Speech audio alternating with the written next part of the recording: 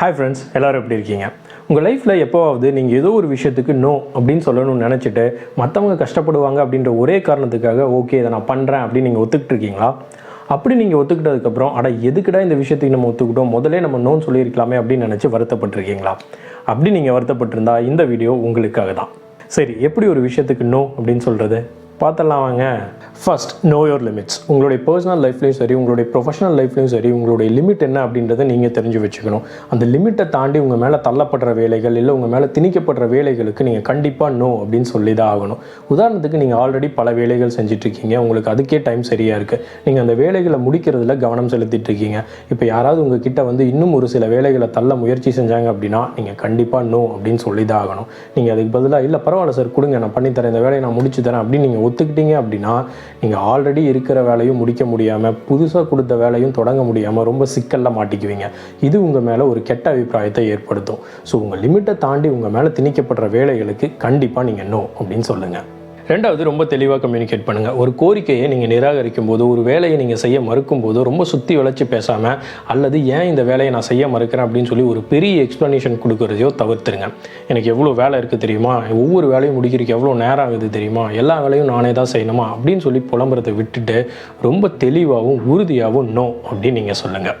தேவைப்பட்டால் ரொம்ப கிளியராக ஒரு சின்ன எக்ஸ்ப்ளனேஷன் மட்டும் கொடுங்க. நீங்கள் சரியான தொடர்பு கொள்வது தவறான புரிதல் உங்கள் மேலே ஏற்படுறதை தவிர்க்கிறதுக்கு உதவும்.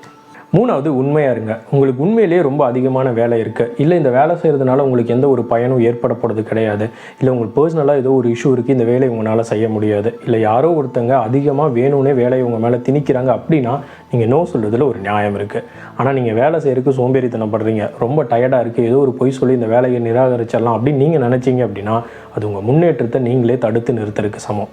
நீங்கள் உங்களுடைய லிமிட்ஸை செட் பண்ணுறதுல ரொம்ப உண்மையாக இருந்தீங்க அப்படின்னா எல்லாத்துக்குமே உங்கள் மேலே ஒரு மிகப்பெரிய நம்பிக்கை ஏற்படும்.